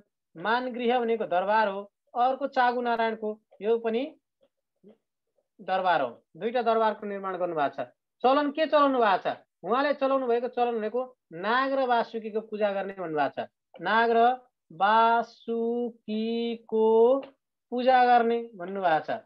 नाग र वासुकीको पूजा गर्ने चलन चाहिँ उहाँले चलाउनु भएको, उहाँले भनेको मानदेवले चलाउनु भएको भनेर हामीले पढ्ने हो। हेर्नुस् मानदेवले चलाएको चलन हो। नाग र वासुकीको पूजा गर्ने चलन कसले चलाए भनेर पनि सोध्न सक्छ। त्यस कारणले गर्दा नि हामीलाई चाहिँ यो चाहिन्छ। र अघि मैले के भनेको थिएँ? आमालाई सती जानबाट रोक्नु भएको छ। आमालाई सती जानबाट रोकेका हुन्। अब तपाईलाई कहिलेकाहीँ के सोध्छ? तपाईलाई के सोध्छ भने यो मानाङ्क त मुद्रा मानदेवको पालामा हो, त्यो के को मुद्रा हो? कागजको हो? कागजको मुद्रा हो त्यही बेलामा? के को मुद्रा हो भन्दा यो मुद्रा चाहिँ तामाको थियो। त्यस कारणले गर्दा मानाङ्कमा तपाईँलाई शङ्का लाग्छ भने, अलि समस्या पर्छ भने तामाको भनेर लेख्दा नि हुन्छ। कहिलेकाहीँ त्यो पनि सोध्न सकिन्छ, के ठेगान र प्रश्नको कुरा। त्यो कारणले गर्दा हामीले यसलाई पनि अलिकति दिमाग पुऱ्याएर यस्ता कुराहरूलाई चाहिँ लेख्न सक्यौँ भने, एक ठाउँमा राख्न सक्यौँ भने समस्या हुँदैन भन्ने मेरो बुझाइ हो। र अर्को, मानदेवलाई नेपालको चाहिँ प्रमाणिक राजा भनिन्छ भनेर मैले भनिसकेको छु, यसमा आवश्यक भएन, ठिकै छ। ओके। र अर्को तपाईँहरूले बुझ्नुपर्ने भने मानदेवले, म भनिदिन्छु मात्रै, यसमा लेख्नु पर्दैन, साके सम्बत चलाएका हुन्। विभिन्न किसिमका सम्बतहरू छन्। गुप्त सम्बत, गुप्त गरी बलम्बुमा राखे उनले बस्ती भनेर अंशुवर्माले चलाएका छन्। उनले साके सम्बत चलाएका छन् मानदेवले भनेर हामीले गर्नु बुझ्नुपर्छ। सम्बत भने समय हो। नेपाल सम्बत भने के हो? यतिदेखि यति पिरियडसम्म यस्तो भन्ने कुराहरू यो समय हो भनेर भन्दा हुन्छ। यति बुझ्नु पर्यो, कम्तीमा नि यति कुरा एक ठाउँमा राखेर बुझ्नु पर्यो। अनि त्यसपछि तपाईँलाई केही न केही कन्फिडेन्ट बिल्ड अप हुँदै जान्छ। हामीले के बुझ्यौँ भन्दा मानदेव भनेको नेपालको प्रमाणिक राजा हुन्। उनको जन्म 501 मा भयो। उनले राज्य सुरु गरेको 521 मा, 562 मा उनी आफै मरे। अर्थात् 521 देखि 562 सम्म उनको शासन अवधि हो, जुन चाहिँ 562 सम्म भएपछि 41 वर्ष उनले शासन गरे भनेर हामीले बुझ्यौँ। अर्को के बुझ्यौँ? उनले चलाएको मुद्रा, उनले निकालेको मुद्रा, उनको पालामा निष्कासन भएको मुद्रा मानाङ्क हो, जुन तामाको मुद्रा थियो। र तामाको मुद्रा त्यो मानाङ्कमा चाहिँ दुईटा पार्ट थियो। एकापट्टि पार्टमा चाहिँ देवीको, अर्को पार्टमा चाहिँ उनकी आफ्नै श्रीमती भोगिनीको चाहिँ फोटो थियो भनेर भन्छ। र अर्को श्रीमती, उनको 3टा श्रीमती थियो, भनौँ न 3 थिए, क्षमा सुन्दरी हैन, अनि त्यसपछि भोगिनी र गुणवती 3टा श्रीमतीहरू थिए। अनि उनले निर्माण गरेका छन्। मानगृहको निर्माण कसले गरे भनेर सोध्छ। मानगृहको निर्माण सोधोस्, चागु नारायणको निर्माण सोधोस्, उनी मानदेवले नै गरेका हुन् भनेर हामीले भन्छौँ। अब उनले चलन चलाएका छन्। नाग र वासुकीको पूजा गर्ने चलन कसले चलायो भनेर सोध्छ। यदि हामीले यो पढिसकेपछि हामी सजिलैसित भन्छौँ, ए त्यस्तो क्वेसन नि हुन्छ, जा अब यस्तो आएन म पास गरिदिइहाल्छु नि भन्छौँ हामी र लेखिदिन्छौँ मानदेव भनेर। कहिलेकाहीँ मानदेवको सट्टामा अर्को जान्छ, अनि त्यहाँबाट खतम भइहाल्छ, त्यो नजाओस्। अनि त्यसपछि उनी 7 वर्षको उमेरमा हैन, उनको पिता धर्मदेवको मृत्यु भयो, जसले गर्दा मृत्यु भए पनि उनले आमालाई चाहिँ सती जानबाट रोक्नु भएको छ। महत्त्वपूर्ण काम हो त्यो बेलाको उनले। ल ओके, मैले अब मेट्दा हुन्छ होला जस्तो मलाई लाग्छ। यति गर्दाखेरि, यति भन्दाखेरि र यति धेरै समय दिँदाखेरि पनि लेख्नु भएको छैन भने तपाईँहरू पछाडि पर्नु भइसक्यो। ढुक्क भएर बस्नुहोस्। लेख्नु भएको छ भने तपाईँ अगाडि जानु भइसक्यो।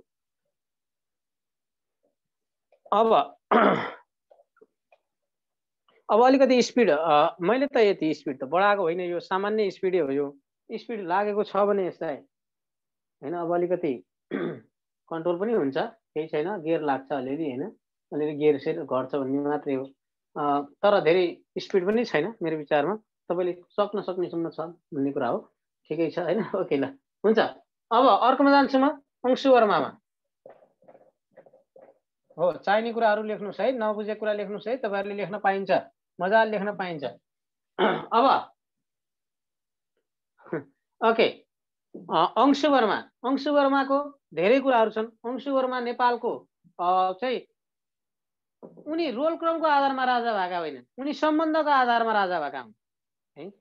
सम्बन्धको आधारमा चाहिँ राजा भएका हुन् भनेर हामीले बुझ्नुपर्छ।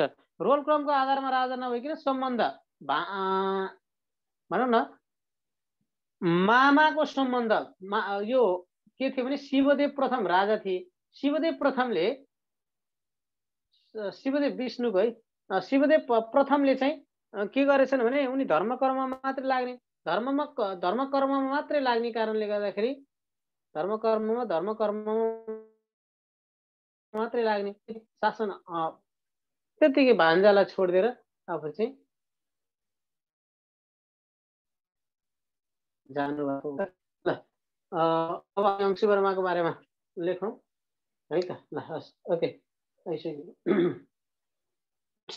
हो, सुमित्रा अधिकारी मिसले अहिले भन्नुभयो गोकर्णम बस्ती बसाल्ने मानदेव नै हुन्। यो लेख्ने बिर्सिया रहेछ, त्यो अहिलेको घेरामा लेखिदिनुहोस्, केही छैन।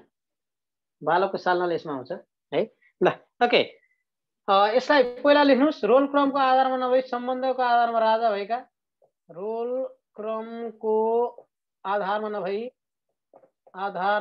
नभई सम्बन्धको आधार सम्बन्धको आधारमा राजा भएका, रोल क्रमको आधारमा नभई सम्बन्धको आधारमा राजा भएका हुन् अंशुवर्मा भनेका। अनि उनको शासन अवधि भन्छ, शासन अवधि भन्छ। उनी चाहिँ शासन अवधि भनेको उनको 562 भनेपछि विक्रम सम्वत 662 देखि 678 सम्म कति वर्ष भयो? 16 वर्ष चाहिँ नेपालमा यिनले शासन गरे भनेर हामीले बुझ्नुपर्छ। अंशुवर्माले शासन गरे भनेर हामीले बुझ्नुपर्छ। अब उनलाई हामीले दुईटा लेख्नुपर्छ, कलाभिमानी भन्छ, कलाभिमानी। कलाभिमानी कलाको चाहिँ यथेष्ट रूपमा विकास गर्नुभएको र महासामन्त, महासामन्त उपाधि पाउने पहिलो राजा, उपाधि पाउने पहिलो राजा। हेर्नुस्, महाकलाभिमानी, महासामन्त जस्ता उपाधिहरू। प्रधानमन्त्री के हो? प्रधानमन्त्री एउटा पद त हो नि, हैन? पद हो। कसरी केही उपाधि दियो भने त्यो उपाधि उनले चाहिँ अंशुवर्माले पाएको उपाधि भने कलाभिमानी, महासामन्त जस्ता उपाधि चाहिँ अंशुवर्माले प्राप्त गरेका थिए भनेको। अब गुप्त गरी बलम्बुमा राखे उनले बस्ती भन्छ, त्यही भएर बलम्बुमा बस्ती बसाउने राजा हुन्, बलम्बुमा बस्ती बसाउने राजा हुन्, बस्ती बसाउने राजा हुन्। गुप्त गरी बलम्बुमा राखे उनले बस्ती भन्छ। पशुपतिलाई राजमान्यता दिए उनले अस्ति भन्दा। पशुपतिलाई राजमान्यता दिने राजा हुन्, पशुपतिलाई राजमान्यता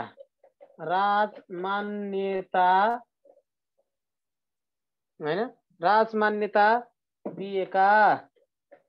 पशुपतिनाथको मन्दिरलाई चाहिँ राजमान्यता दिएका छन्। गुप्त गरी बलम्बुमा राखे उनले बस्ती, पशुपतिलाई राजमान्यता दिए उनले अस्ति भन्छ। अनि त्यसपछि वैष्णव मुद्रा भन्छ, उनले चलाएको मुद्रा छ। मुद्राको नाम भनेको अंशुवर्माले चलाएको मुद्राको नाम वैष्णव भन्ने छ। वैष्णव मुद्रा कैलाशकूटमा भन्छ, वैष्णव मुद्रा कैलाशमा शब्द ग्रन्थ रचे भन्छ। त्यही भएर उनले निर्माण गरेका छन्। निर्माण गरेको, बनाएका दरबार, निर्माण गरेको दरबार, निर्माण गरेको दरबार भनेको कैलाशकूट भवन हो। कैलाशकूट दरबार भन्छ। कैलाशकूट दरबार चाहिँ अंशुवर्माले बनाएको दरबार हुन्। उनले शब्द ग्रन्थ पनि रचेका छन्। शब्द ग्रन्थको रचनाकार हुन्। शब्द ग्रन्थको रचनाकार हुन् अंशुवर्मा भनेको। शब्द ग्रन्थ कसले रचे भनेर सोध्न सक्ने सम्भावना भएको कारणले गर्दा शब्द ग्रन्थको रचनाकार भनेर पनि हामीले लेख्नुपर्ने भयो। रचनाकार भनेर हामीले लेख्नुपर्छ। शब्द ग्रन्थ कसले रचे? अंशुवर्माले रच्नु भएको भनेर हामीले भन्छौँ। त्यसपछि युवराज धिराजको प्रचलन चलाउनु भएको छ। युवराज धिराज। अनि त्यसपछि बच्चाको सालनाल काट्ने प्रचलन, बच्चाको सालनाल काट्ने प्रचलन, बच्चाको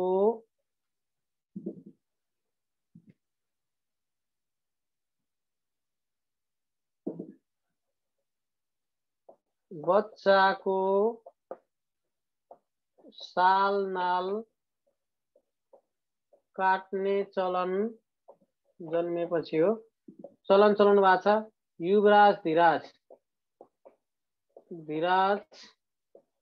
हैन, युवराज धिराज राजाको छोरोलाई चाहिँ युवराज धिराज भनिने गरिन्थ्यो। त्यही भएर युवराज धिराजको प्रचलन पनि अंशुवर्माले नै चलाएका हुन् भनेर चाहिँ हामी भन्छौँ।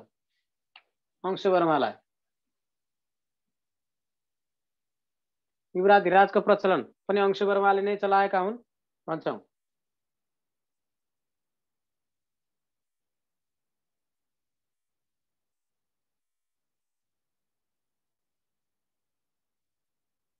मेरो नेटले काम गरेको छैन हो, सुन्या छैन हो, देखिया छैन।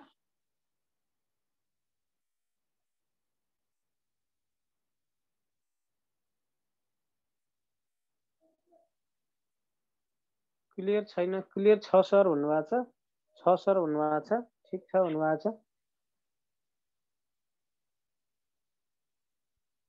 ल ठिक छ, क्लियर छ अरे, ल भइहाल्यो।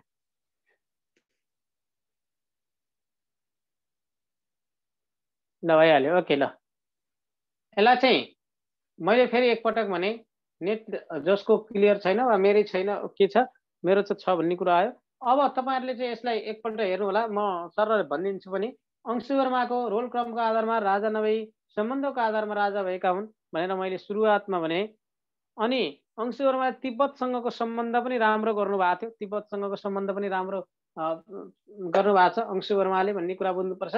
अनि अंशुवर्माको शासन अवधि भनेको ट्याक्राके के बुझ्नुहोस् भने मानदेवको चाहिँ मरेको 1 वर्षपछि क्या।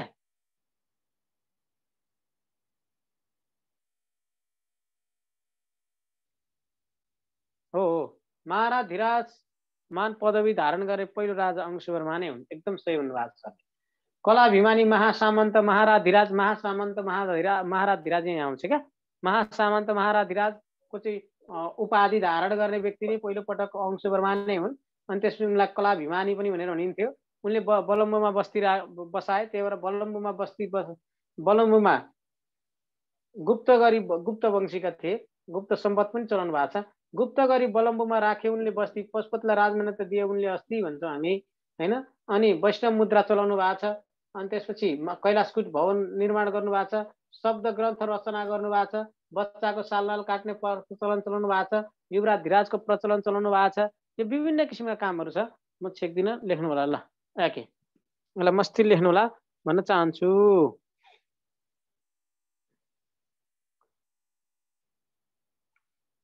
हो पाञ्चाली प्रथा पनि हो, पाञ्चाली प्रथाको पनि सुरुवात गर्नुभएको छ। गुड, ओके, यो पनि लेखौँ ल। पाञ्चाली प्रथाको पनि सुरुवात गर्नुभएको छ, म यो नि भनिदिन्छु। ठिक छ, पाञ्चाली प्रथाको सुरुवात गर्नुभएको छ, प्रथाको सुरुवात गर्नुभएको छ अंशुवर्माबाटै भएको हो। अघि नै मैले के भने, पाञ्चाली भनेको गाउँको मुद्दा हेर्ने के, गाउँको मुद्दा गाउँबाटै समाधान गर्नुपर्छ। सुरुमा घरको समस्या घरबाटै समाधान गर्नुपर्छ पहिला भन्ने जस्तो हो के यो है। पाञ्चाली भनेको चाहिँ गाउँको मुद्दा गाउँबाटै समाधान गर्ने भन्ने कुरा हो है त।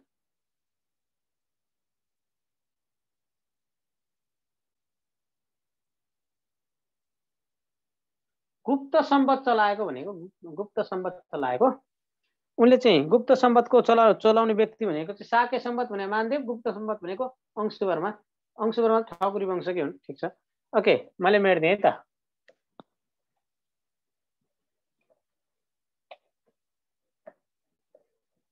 साके सम्पद चाहिँ मानदेव, गुप्त सम्पद चाहिँ अंशुवर्मा है।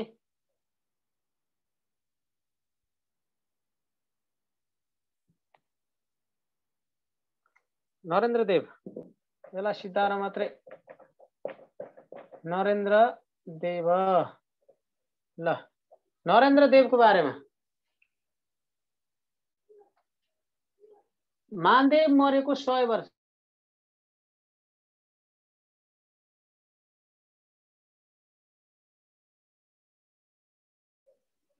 गाह्रो मानेपछि गाह्रै हुने हो होइन, गाह्रो मान्ने होइन।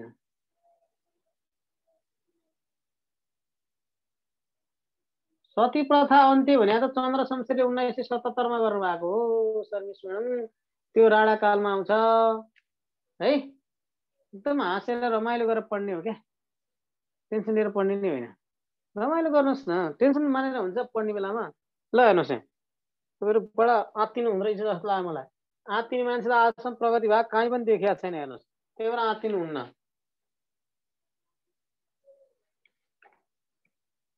पढाएको नबुझिया हो।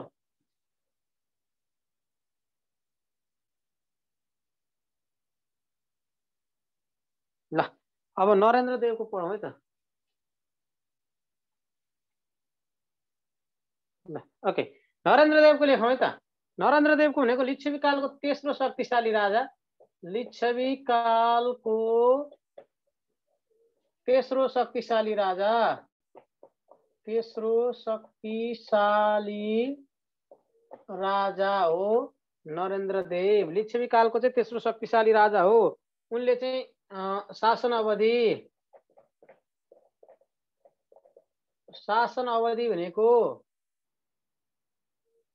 विक्रम सम्वत 702 देखि 736 सम्म भनेपछि जम्मा कति त उनले गरेको भने 34 वर्ष शासन गरेका छन्। उनले के निर्माण गरेका छन् भन्दा उनले भद्राधिवासको निर्माण, भद्राधिवास के हो भद्राधिवास? भद्राधिवास दरबारको निर्माण गरेका छन् नरेन्द्र देवले। भद्राधिवास दरबारको निर्माण कसले गरे भन्दा नरेन्द्र देवले भनेर हामीले भट्ट आउन सक्यो भने राम्रो हुन्छ। त्यसपछि रातो मच्छिन्द्रनाथको जात्रा, रातो मच्छिन्द्रनाथको जात्राको चलन चलाएका छन्। यो आएको छ, जात्राको चलन चलाएका छन्। नेपालमा सबैभन्दा लामो समयसम्म मनाइने जात्रा हो यो रातो मच्छिन्द्रनाथको जात्रा। यो आएको छ। रातो मच्छिन्द्रनाथको जात्रा चलाएको भनेको नरेन्द्र देवले हो। सेतो मच्छिन्द्रनाथ भन्यो भने प्रताप मल्लले हो। त्यसकारण रातो र सेतोमा बुझ्नुपर्छ। रातो नरेन्द्र देव, सेतो प्रताप मल्ल भनेर हैन हो। दौद शासन व्यवस्थाको अन्त्य गरेका छन्। एकदम धन्यवाद छ। शिवदेवमा सुरु भएको थियो, यसमा आएर अन्त्य भयो। दौद शासन व्यवस्था भनेको एकै समयमा एकै ठाउँमा दुईजनाले गर्ने शासन नै दौद शासन हो। शासन व्यवस्थाको अन्त्य गर्नु भएको छ यो नरेन्द्र देवले। एकै पटक एकै ठाउँमा दुईजनाले शासन गर्छ भने त्यो दौद शासन हो भनेर चाहिँ हामीले बुझ्नुपर्छ। त्यसपछि भोटो जात्राको चाहिँ प्रचलन चलाउनु भएको छ। चलन चलाएका भोटो जात्राको चाहिँ चलन चलाउनु भएको छ नरेन्द्र देवले भन्ने कुरो है बुझ्नुपर्छ। त्यसपछि झालमा बुट्टा हाल्ने प्रचलन, झालमा बुट्टा हाल्ने चलनको सुरुवात पनि नरेन्द्र देवले नै गर्नु भएको छ। झालमा बुट्टा हाल्ने चलन हैन। अनि त्यसपछि उनलाई लिच्छवीकालीन आकाशको पूर्ण चन्द्र भनेर चिन्ने हो। लिच्छवीकालीन आकाशको पूर्ण चन्द्र भनेर चाहिँ चिनिन्छ। किन पूर्ण चन्द्र भने? अब लिच्छवीकालीन आकाश किन पूर्ण चन्द्र भनेदेखि उनले चाहिँ तिब्बतमा शरण लिएर गुमाएका थिए उदयदेवले चाहिँ नेपालको भूमि। उदयदेवले गुमाएको भूमि फिर्ता लिएको कारणले गर्दा लिच्छवीकालको चाहिँ आकाशको पूर्ण चन्द्र भनेर नरेन्द्र देवलाई भनेको भनेर चाहिँ हामीले बुझ्नुपर्छ है। उनलाई परम भट्टारक भनेर चिनिन्थ्यो, उपाधि हो। परम भट्टारक उपाधि पाएका उनलाई चाहिँ परम भट्टारक भनेर भनिने हो, उनलाई चाहिँ भनिन्थ्यो भनेर भन्छौँ हामी। अनि उनले चलाएको मुद्रा पनि छ, यो लेख्न थाहा भएन। यसो गरेर उनले चलाएको मुद्रा छ, त्यो मुद्राको नाम हो पौड र पुराण। पौड र पुराण भन्ने मुद्राको प्रचलन चाहिँ नरेन्द्र देवले नै चलाएका हुन्। पौड र पुराण भन्ने कुरा चाहिँ हामीले बुझ्नुपर्छ।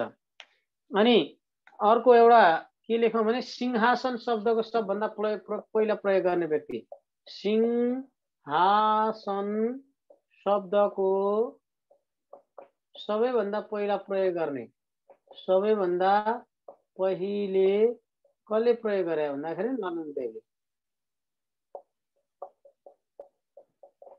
सिंहासन शब्दको सबभन्दा पहिला प्रयोग गरेका हुन् नरेन्द्र देवले भनेर बुझ्नुपर्छ। त्यसलाई स्क्रिनशट गर्नुहोस्, लेख्नुहोस्, भइहाल्छ।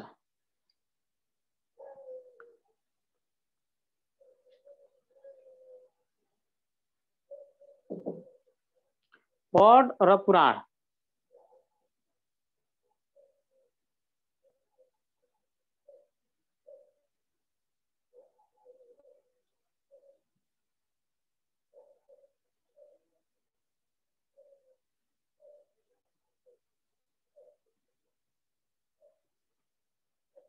ल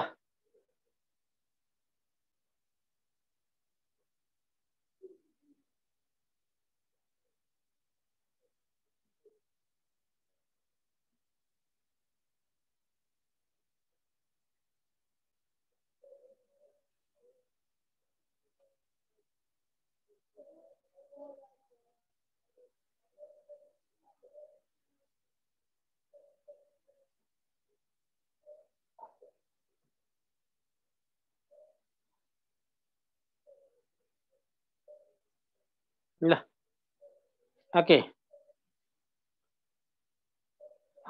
लेखिसक्नु हो एउटा लेखाउँछु अनि त्यसपछि ल मैले मेटाइदिएँ जसले च्याटिङ मात्रै गरेर बस्नु भएको छ उहाँहरूले सिद्धाउनु भएको छैन होला त्यसमा नो प्रब्लम ट्यालेन्ट मान्छेले मात्र च्याट गर्छन् क्या त्यही भएर यसलाई मैले मेटिदिएँ है अब अर्को हामी गुणकामदेवको बारेमा पढ्छौँ है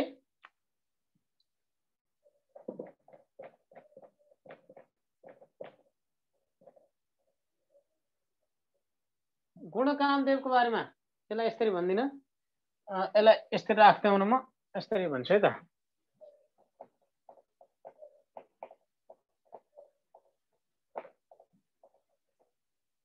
गुणकामदेवको बारेमा केही कुराहरू लेखौँ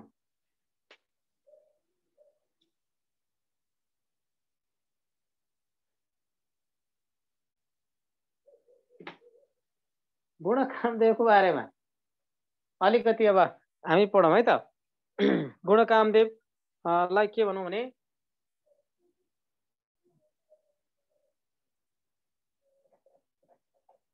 कान्तिपुरको निर्माण गरी कुमारीलाई पुज्ने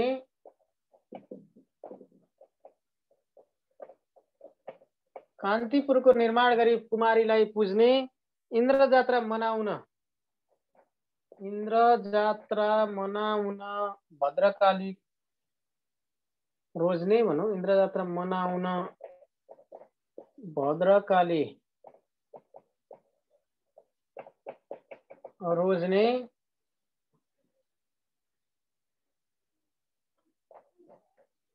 श्रृंगार गरी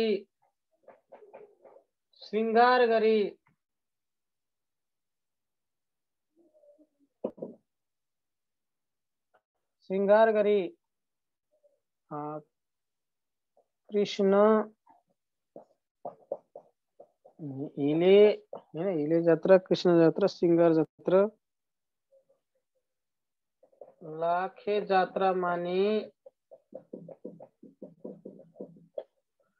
कान्तिपुरको निर्माण गरी कुमारीलाई पुज्ने इन्द्र जात्रा मनाउन भद्रकाली खोज्ने रोज्ने श्रृंगार गरी कृष्ण हिले लाखे जात्रा मानी हैन इन्द्रायणी मन्दिर गई ललितपुरमा खानी इन्द्रायणी मन्दिर गई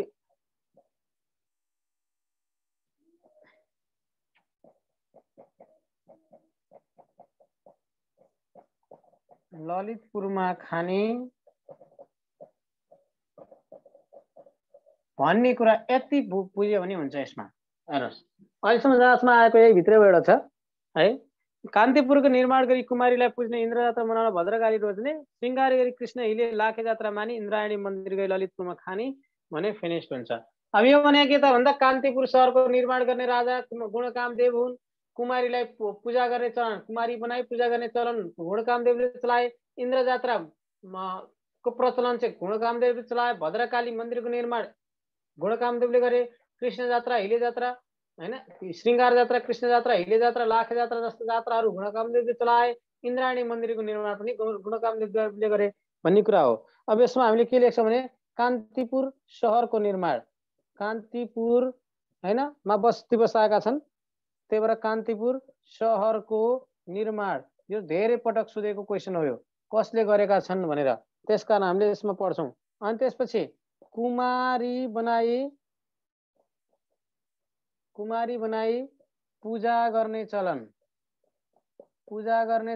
कसले चलाए भन्दाखेरि गुणकामदेवले चलाए अनि इन्द्र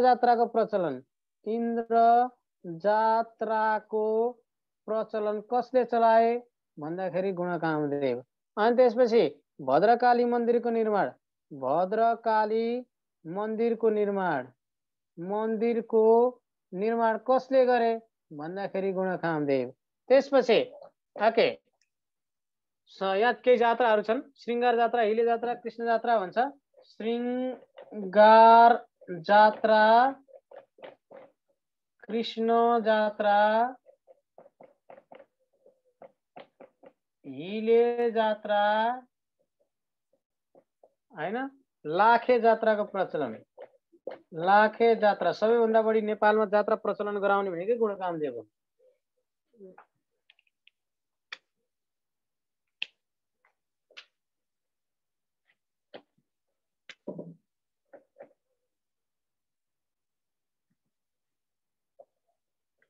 लाखे जात्राको प्रचलन हैन। अनि त्यसपछि इन्द्रायणी मन्दिरको निर्माण। इन्द्रायणी मन्दिरको निर्माण कसले गरेका भन्दाखेरि गुणकामदेवले। गुणकामदेवका कामहरू, गुणकामदेवका मामहरू, गुणकामदेवका लर्निङ गर्नुपर्ने कुराहरू यही नै हुन्। यति मध्ये तपाईले कान्तिपुर सहरको निर्माण, कान्तिपुरको निर्माण गरी कुमारीलाई पूजे, कुमारी बनाएर पूजा गर्ने, इन्द्र जात्रा कुराहरू, भद्रकाली कुराहरू, श्रृङ्गार कृष्ण हिले, लाखे। नेपालमा सबभन्दा बढी जात्राको प्रचलन कसले चलाएका छन् भन्दा गुणकामदेवले हुन् नेपालमा भनेर चाहिँ हामीले बुझ्नुपर्छ। यसलाई चाहिँ अलिकति ध्यान दिनुपर्छ भनेर म भन्छु। मस्तीले पढ्नुपर्छ भन्छु, सानो कुरो छैन। यसमा लोकसेवामा धेरै जान्नुपर्ने होइन। सबै विषयवस्तु कसैलाई पनि आउनेवालामा छैन, सम्भव पनि छैन। एकदम महासागर हो। तर यसलाई सानो सानो कुरालाई पनि अलिकति दिमाग पुर्याएर अलिकति राख्न सक्ने, बन्न सक्नुभयो भने तपाईँ पास हुनुहुन्छ। संसार राख्ने मान्छे चाहिँ लोकसेवामा पास, नत्र फेल भन्ने कुरो हुँदैन। लोकसेवा पास भए मान्छे संसार जान्ने भन्ने कुरा होइन।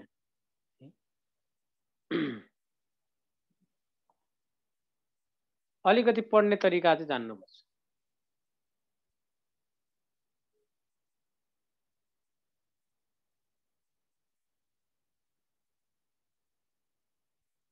ल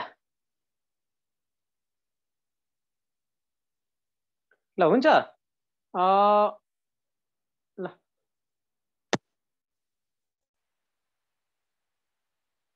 मैले आज यति नै गर्छु। भोलि आधुनिक इतिहासको बारेमा हामी पढाएर फिनिश गर्छौँ। भोलि आधुनिक इतिहासमा धेरै कुराहरू पढ्छौँ, महत्त्वपूर्ण कुराहरू त्यहाँ छ, हामी त्यसलाई पढ्छौँ। ललितपुर भनेको इन्द्रायणी मन्दिर भएको ठाउँ हो, ललितपुरलाई खानी हुने हो। ल बुझिया छ कि छैन ल भन्नुहोस्। अब 5 मिनट लिन्छु, त्यसपछि बिदा हुन्छु तपाईहरुसँग।